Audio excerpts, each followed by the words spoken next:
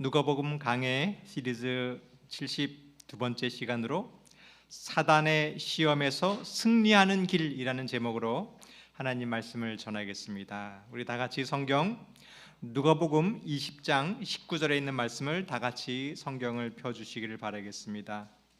우리 다 성경을 펴시고 우리 하나님 말씀을 연구하도록 하겠습니다. 누가복음 20장 19절에 있는 말씀입니다.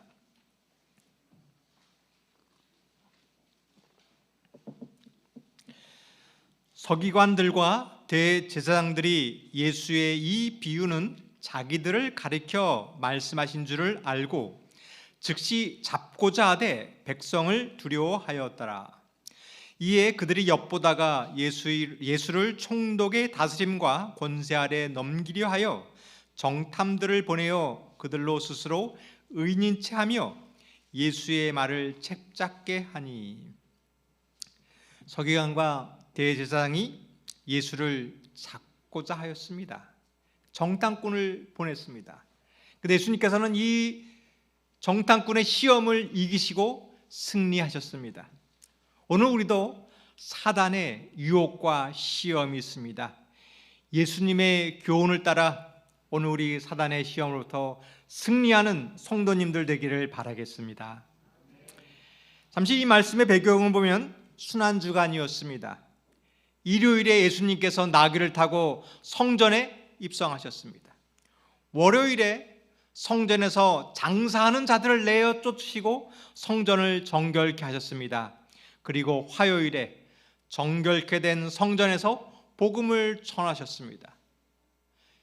근데 서기관과 대제사장이 이 복음을 듣고 예수님을 정탐꾼을 보내서 시험하는 모습입니다. 세 가지 서기관과 사두개인들의 세 가지 논쟁의 이야기가 바로 오늘 주제의 말씀입니다. 오늘 이 말씀을 통해 우리가 깨닫는 점이 있습니다. 우리도 그렇습니다. 이제 2022년 새해가 되었습니다. 새로운 소그룹이 조직되었고 새로운 직분을 맡게 되었습니다. 이제 새로운 마음으로 하나님의 일을 하기 위해 모든 성도님들이 헌신했고 말씀과 기도 생활을 하기로 결심했습니다. 그때에 사단의 시험이 있음을 꼭 기억하시길 바라겠습니다. 하나님을 위하여 헌신하는 그 순간 나를 비방하는 사람이 있습니다. 나를 미워하는 사람이 있고 나를 책잡는 사람이 나를 괴롭히는 사단의 계략이 있음을 우리는 기억해야 됩니다. 오늘 예수님께서 그 사단의 계략을 물리치셨습니다. 오늘 이 안식일 사단이 우리를 넘어뜨리려고 하는 이 계획에서 승리하게 되기를 바라겠습니다. 예수님께서는 성전에서 이 비유의 말씀을 전하셨습니다. 이 비유는 무엇이냐면 어떠한 사람이 포도원을 만들었습니다. 그리고 먼 나라로 가면서 그 포도원을 농부에게 맡겼어요. 그리고 때가 되자 그 일정 양을 받기 위해서 종들을 보냈습니다. 그러나 이 농부들이 종들을 때리는 것입니다. 또 다른 종들을 보냈습니다. 또 그 종도 때리는 것입니다. 세 번째 종을 보내자 그 종도 때렸습니다. 이제는 주인이 아들을 보내겠다라고 하자 이 농부들은 상속자가 오니 저 상속자를 죽이고 땅을 차지하자고 한 것입니다. 그때 주인이 악한 농부를 심판하겠다는 비유를 했습니다. 근데 이 비유가 바로 서기관과 제사장이 자기를 가르쳤다는 사실을 깨닫고 예수님을 죽이려고 하는 것입니다. 왜 예수님을 죽이려냐면 예수님께서 자기의 문제점을 드러냈기 때문에 예수님을 미워한 것입니다. 오늘도 마찬가지입니다. 성도 여러분, 누군가가 내 잘못과 허물을 지적하면 어떡합니까? 화가 나는 게 이치인 것입니다. 여러분, 우리 성도님이 저를, 담임 목사를 좋아하는 이유가 뭔지 아십니까? 저를 좋아하시나요? 네. 왜 좋아하느냐면 제가 여러분들의 잘못을 지적하지 않기 때문입니다. 제가 이 설교당에서 여러분의 죄를 지적하면 아마 저를 죽이려고 할지 모르겠습니다. 이것이 바리새인의 문제입니다. 바리새인의 문제는 자기의 잘못을 알지만, 성경 말씀을 깨달았지만 고치지 않은 것이 문제였습니다. 예수님의 말씀이 옳은 것을 알았지만 그것을 거절한 것이 문제인 것입니다. 우리는 실수할 때가 있습니다. 모르고 실수할 때가 있어요. 하나님께서는 그 허물은 모든 죄를 다 용서해 주십니다. 그러나 알고도 고치지 않는 죄가 있습니다. 그 죄는 반드시 하나님께서 경고하시고 고치시는 것입니다. 그런데 하나님도 용서해 주지 못하는 죄가 있습니다. 무슨 죄일까요? 그것은 회개하지 않는 죄입니다. 하나님께서 경고하셨는데 분명히 잘못이 있는데도 고치지 않는 그 죄, 그 죄는 용서받을 수 없는 것입니다. 성도 여러분, 오늘 우리의 허물이 드러나면 고치시기를 바라겠습니다. 이것이 사단과의 싸움에서 승리하는 길인 것입니다. 이 서기관과 바리새인은 예수님을 죽이려고 했지만 이 백성들이 두려워서 죽이지 못하고 정탐꾼을 보냈습니다. 그래서 허물을 잡아가지고 이 세상 법정에 고발하는 것이 목적이었습니다. 그 계략은 뭐냐면 말을 책잡는 것입니다. 오늘 사단이 이 교회를 파괴시키는 계획이 있습니다. 그것은 말을 책잡는 것입니다. 성도 여러분, 오늘 사단과의 싸움에서 승리하기 위해서 우리는 말을 조심해야 됩니다. 책잡는 말을 하지 말아야 됩니다. 제가 이번 주에 뉴스를 보았습니다. 실질적으로 말을 잘못해서 큰 어려움을 겪는 것을 제가 직접 보았어요. 교회도 마찬가지입니다. 우리 삶도 마찬가지입니다. 가정에 불행해지고 문제가 생긴 것은 바로 말에 있는 것입니다. 어느 한 가정에서 이 학생을 둔 어머니가 있는데 공부를 안 하고 맨날 컴퓨터 게임을 하는 거예요. 야, 공부해라 그랬는데도 말을 안 들어요. 하루 종일 컴퓨터 게임하는 모습을 보자 엄마가 화가 나는 거예요. 야, 너 하루 종일 뭐 하는 거야? 너 그래서 대학을 가겠어? 소리를 지르는. 방을 가봤더니 뭐 과자 봉다리, 옷, 책을 잔뜩 그냥 어지럽혀 놓는 것입니다. 엄마가 또 화를 내는 거야. 야, 방이 이게 뭐야? 청소 좀 해. 이게 뭐가 잘못된 것입니까? 엄마의 말은 틀리지 않았어요. 근데 자녀를 훈육하는 방법이 잘못되는 것입니다. 이렇게 화내는 말을 하면 자녀는 결코 변화되지 않는 것이에요. 그 모습을 남편이 보았습니다. 이 얘기를 하는 거예요. 아, 여보, 이 아들한테 얘기할 때 좀 잘 타이르지 왜 이렇게 신경질을 내고 소리를 질러? 그때 아내가 내가 언제 신경질 냈어요? 그러는 거예요. 뭐가 문제입니까? 자기의 잘못을 고치지 않는 게 문제예요. 근데 남편도 마찬가지입니다. 이 운전을 가르치면 다른 사람은 다 친절하게 가르칩니다. 브레이크를 밟고요. 네, 조심하시고. 근데 아내가 가르치면 어떡합니까? 브레이크를 밟아야지. 이게 조절이 안 되는데 이것이 바로 사단의 시험이 여기 있는 것입니다. 교회를 파괴하는 것이 우리로 하여금 분노를 일으켜서 화를 내고 이 말 때문에 문제를 일으키는 것입니다. 오늘 우리가 무엇을 주의해야 될지 알아보겠습니다. 21절입니다. 그들이 물어 이르되 선생님이여 우리가 아노니 당신은 바로 말씀하시고 가르치시며 사람을 외모로 취하지 아니하시고 오직 진리로서 하나님의 도를 가르치시나이다. 우리가 가이사에게 세를 바치는 것이 옳으니까 옳지 않으니까 하니.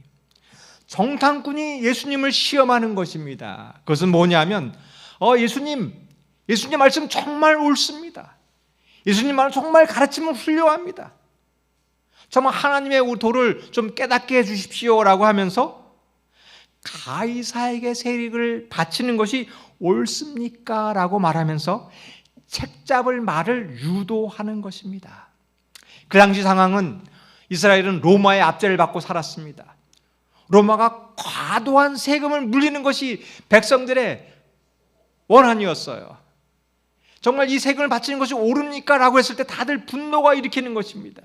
그 분노를 일으키는 것이 이들의 책략이었습니다. 성도 여러분, 우리도 사단의 책략에 속지 마시기를 바라겠습니다.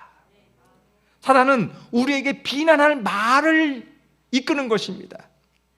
우리가 비난할 때 분노가 생기는 것입니다. 부정적인 생각을 할 때 내 생각이 부정적으로 보이게 되는 것입니다. 아무리 올바른 일이라도 우리가 분노하는 순간 그것은 하나님의 뜻이 아닙니다. 교회에서도 아무리 올바른 일이 있습니다. 근데 분노하는 순간 우리는 사단의 시험에 빠지는 것을 깨닫고 우리 마음속에 있는 비판과 분노의 정신을 주의하시기를 바라겠습니다.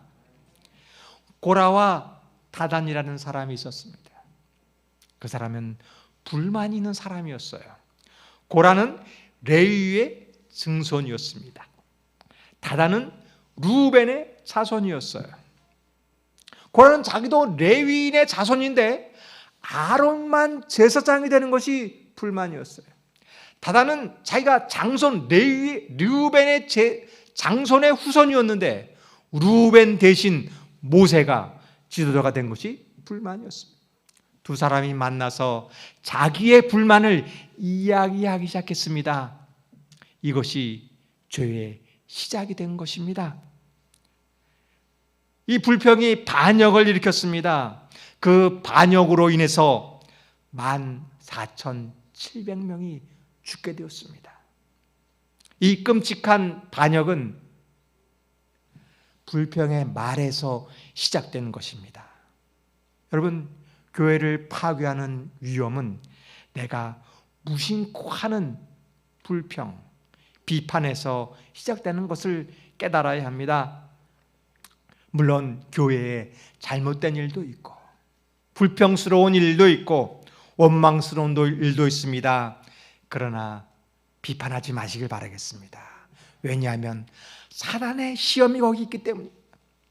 아니, 목사님, 교회에 잘못이 있고 목사님도 허물이 있는데 그러면 말하지 말라는 얘기입니까? 불평하지 말고 하나님께 기도하시길 바라겠습니다.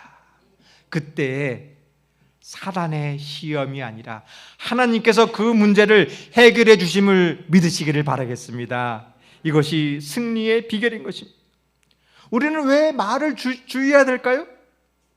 가이사에게 바치는 것이 옳습니까? 옳지 않습니까? 이것이 함정이라는 것이에요.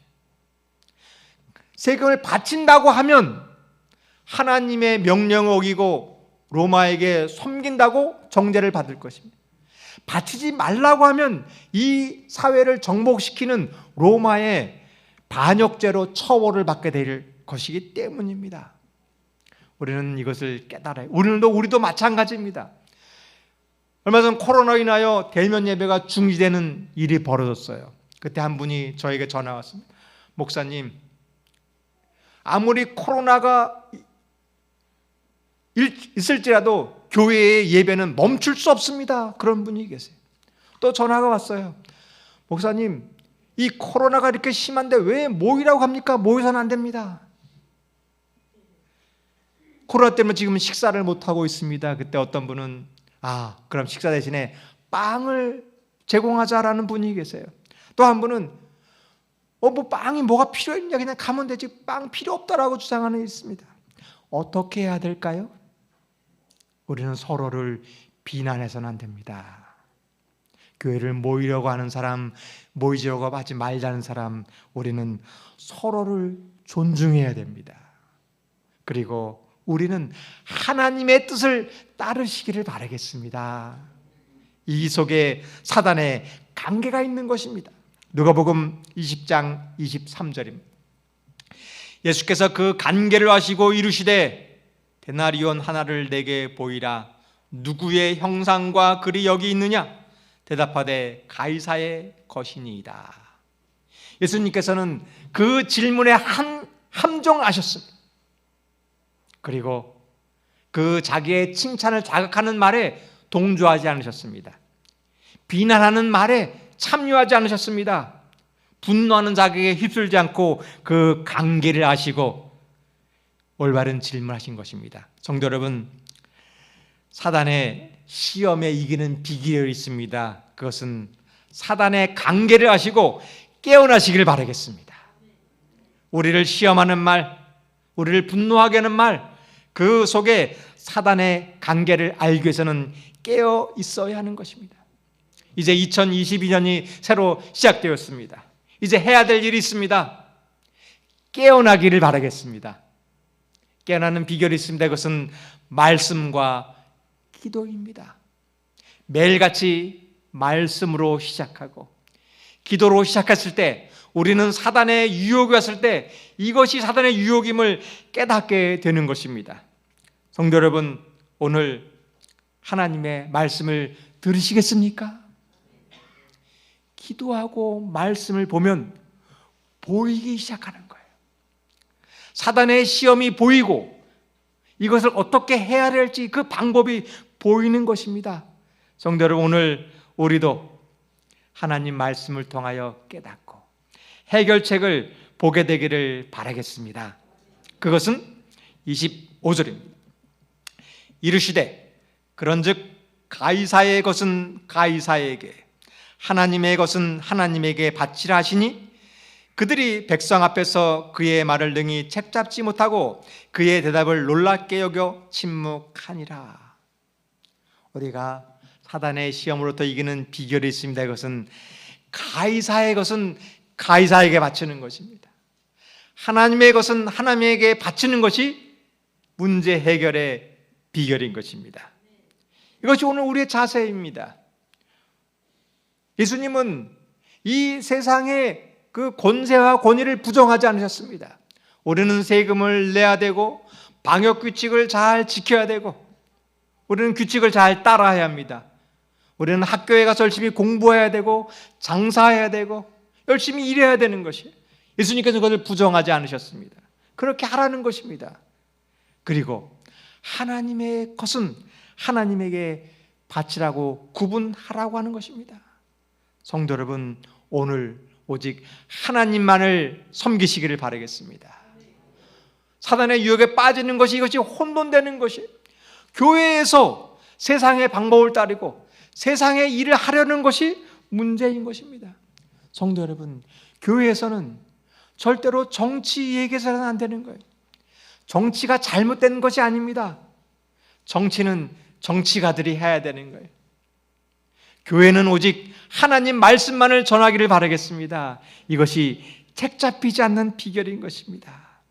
오늘 우리가 하나님의 뜻만 말하면 우리는 책 잡히지 않습니다.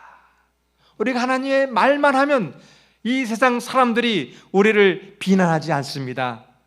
이것이 비결임을 믿고 교회에서 오직 하나님만을 전하는 성도님이 되기를 바라겠습니다.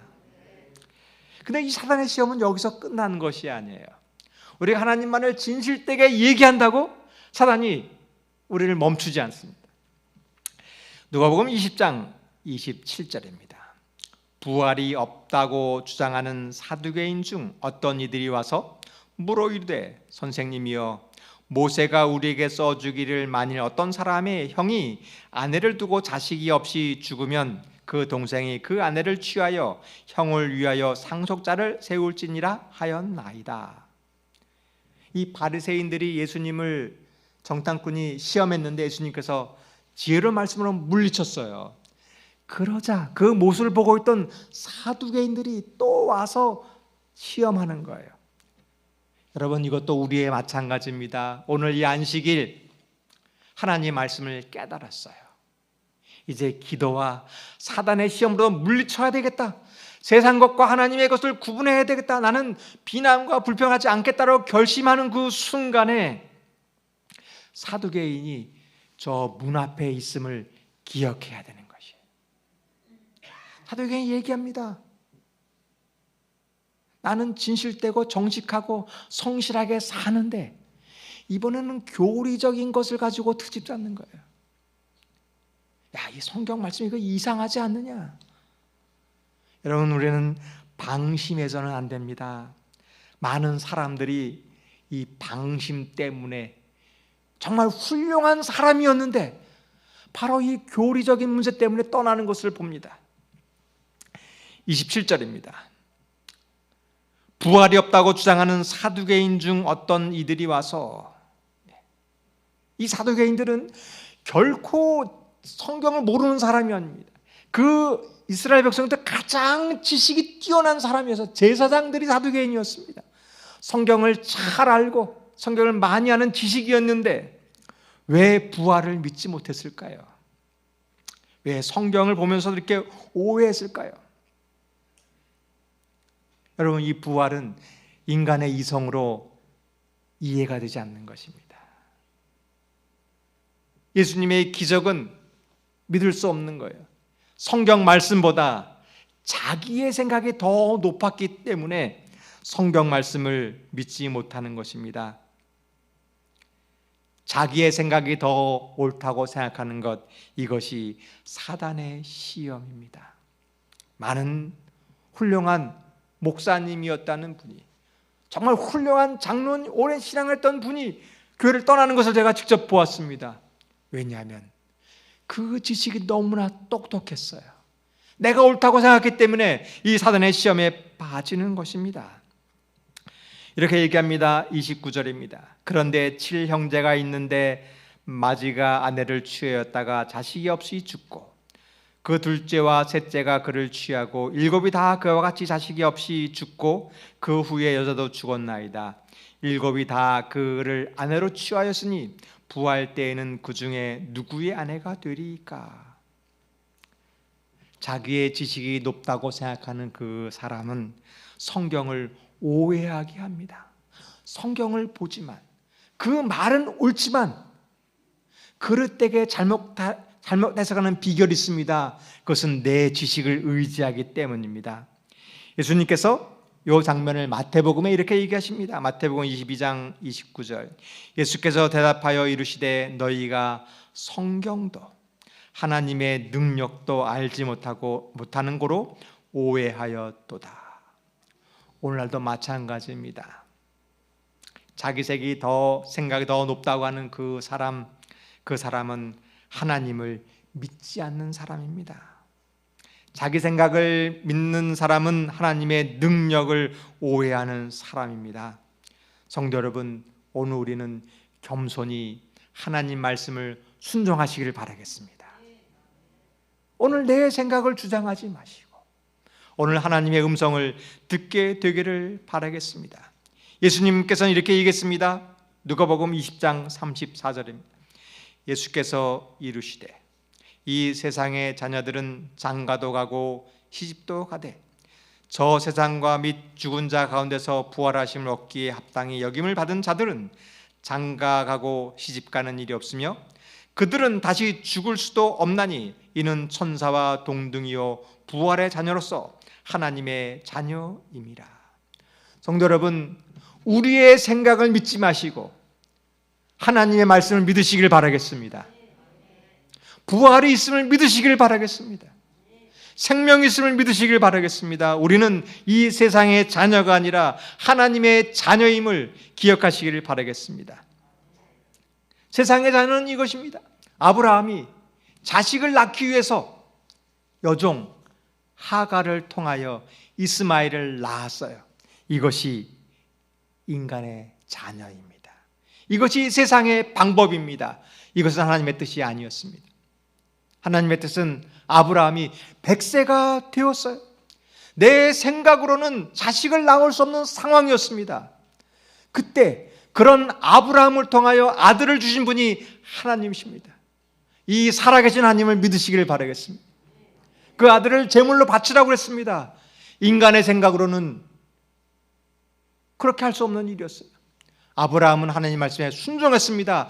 그때 죽어야 했던 이삭이 살아나는 경험을 하였던 것입니다. 이것이 하나님의 방법인 것입니다. 모세는 출애굽을 하였을 때 자기의 힘으로 이스라엘 백성을 이끌고 가져가 됐습니다. 그래서 애굽 군사를 쳐 죽였어요.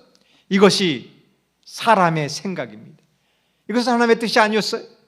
하나님께서 정하신 때에 이스라엘 백성들을 홍해로 인도했습니다. 그리고 홍해를 가르친 것이 하나님의 방법입니다. 성도 여러분, 오늘 세상의 방법이 아니라 하나님의 방법을 따르시기를 바라겠습니다. 광야에서 먹을 것이 떨어져 가는 것이, 물이 없어져 가는 것. 인간의 생각은 두려움입니다. 먹을 것과 물이 있어야 되는 것이 인간의 생각이었어요. 하나님께서는 광야로 인도하셨습니다. 그리고 반석에서 물을 내시고 만나를 주신 것이 하나님의 방법입니다. 성도 여러분, 하나님의 방법을 따르시기를 바라겠습니다. 다니엘의 세 친구들은 풀물불에 들어갈 처지에 놓여 있었습니다. 인간의 방법은 한 번만 무릎을 꿇고 절하는 것처럼 기도하는 것이 인간의 생각입니다. 근데 그들은 인간의 생각을 따르지 않고 그리 아니하실지라도 절하지 않겠다고 얘기했습니다. 성도 여러분, 이것이 하나님의 방법인 것입니다. 성도 여러분, 이 마석교회는 사람의 방법을 따르는 교회인가요? 아니면 하나님의 방법을 따르는 교회인가요? 오늘 인간의 생각이 아니라, 사람의 생각이 아니라 부활하신 하나님, 살아계신 하나님을 따르는, 하나님의 방법을 따르는 교회가 되기를 바라겠습니다. 이것이 승리하는 비결인 것입니다. 37절입니다. 죽은 자가 살아난다는 것은 모세도 가시나무 떨기에 관한 글에서 주를 아브라함의 하나님이요 이삭의 하나님이요 야곱의 하나님이라 칭하셨나니, 하나님은 죽은 자의 하나님이 아니요 살아계신 살아있는 자의 하나님이시라. 하나님에게는 모든 사람이 살아있느니라 하시니. 성도 여러분, 모세의 글은, 성경의 말씀은 살아있는 말씀임을 믿으시기를 바라겠습니다. 하나님은 산자의 하나님입니다. 사두개인은 성경을 알았지만 이론적으로만 알았습니다. 그들에게 성경의 지식이 있었지만 사두개인들에게는 능력이 없었습니다. 성도 여러분, 우리는 하나님의 말씀을 믿는 사람들이 되기를 바라겠습니다. 하나님께 순종하는 성도들이 되기를 바라겠습니다. 그 길이 능력의 길이고 그 길이 승리의 길인 것입니다. 하나님은 죽은 자의 하나님이 아니라 살아계신 하나님입니다. 우리는 바로 이 부활을 믿는 사람입니다.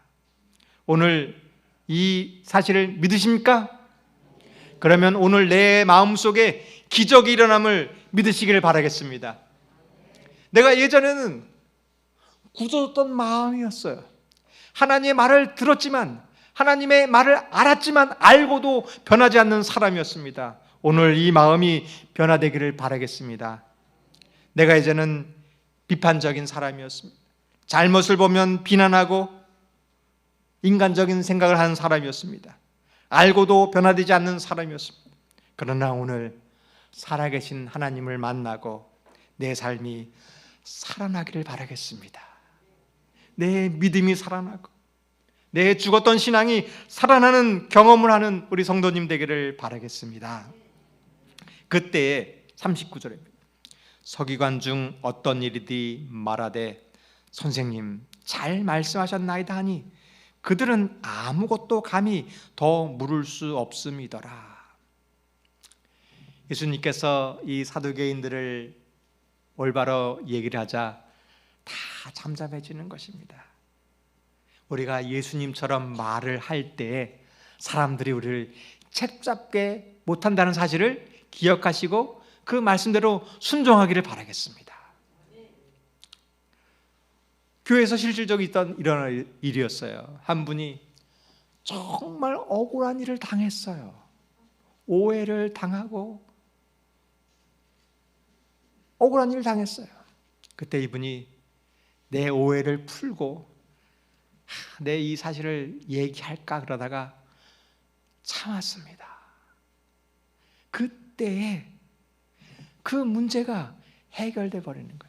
만약에 이분이 자기가 억울한 거를 가지고 그 사람에게 따지고 그것을 공개적으로 했다면 아마 그분이 옳았을지라도 논쟁이 되고 아마 사단의 시험에 빠졌을 것입니다. 성도 여러분, 예수님께 말씀을 따랐을 때 그 길이 문제 해결임을 믿으시기를 바라겠습니다. 가정에서도 마찬가지예요. 정말 아내가 잘못한 일이 있었어요.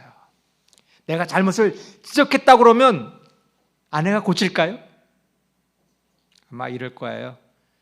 그래, 내가 잘못했어. 그럼 당신은 잘했어? 근데 아내가 잘못했을 때 참는 거예요.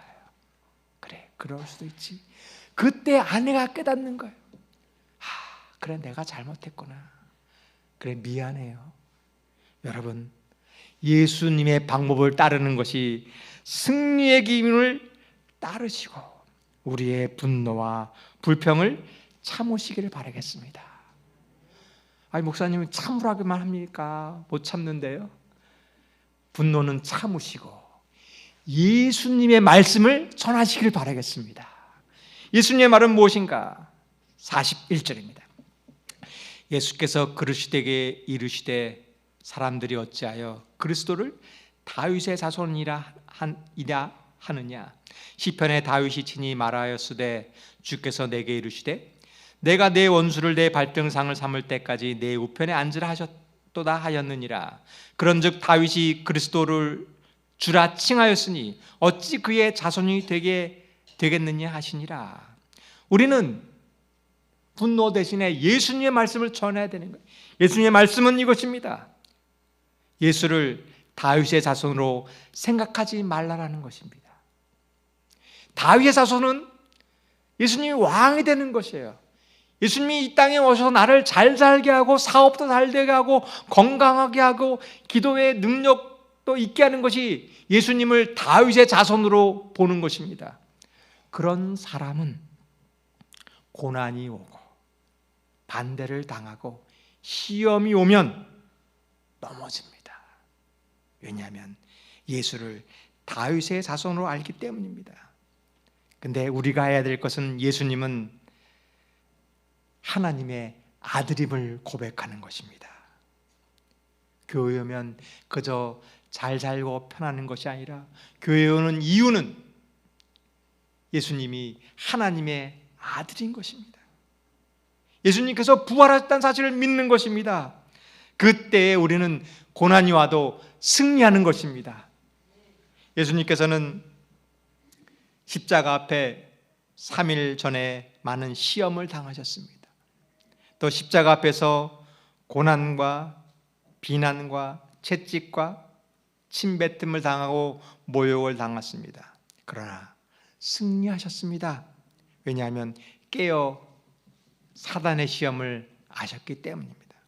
그리고 하나님의 뜻을 순종했기 때문입니다. 그리고 부활하심으로 그 고난을 이기셨습니다. 우리도 승리하는 비결이 있습니다. 그것은 부활한 예수님을 모시는 것입니다. 다윗의 자손이 아니라 살아계신 예수님입니다. 성자 예수님이 아니라 새 생명을 주시는 예수님입니다. 그때 우리는 변하는 것입니다. 제가 예전에는 조금만 누가 뭐라고 해도 화가 나는 거예요. 나를 비난하면 참을 수 없습니다. 그러나 살아있는 예수님, 부활하신 예수님이 오자 나를 조롱해도 괜찮습니다. 부활하신 하나님을 보자 고난이 와도 두렵지 않습니다. 오늘 이 예수님을 믿으시고 사단의 시험으로부터 승리하는 성도님들이 되기를 바라겠습니다. 우리 다 같이 참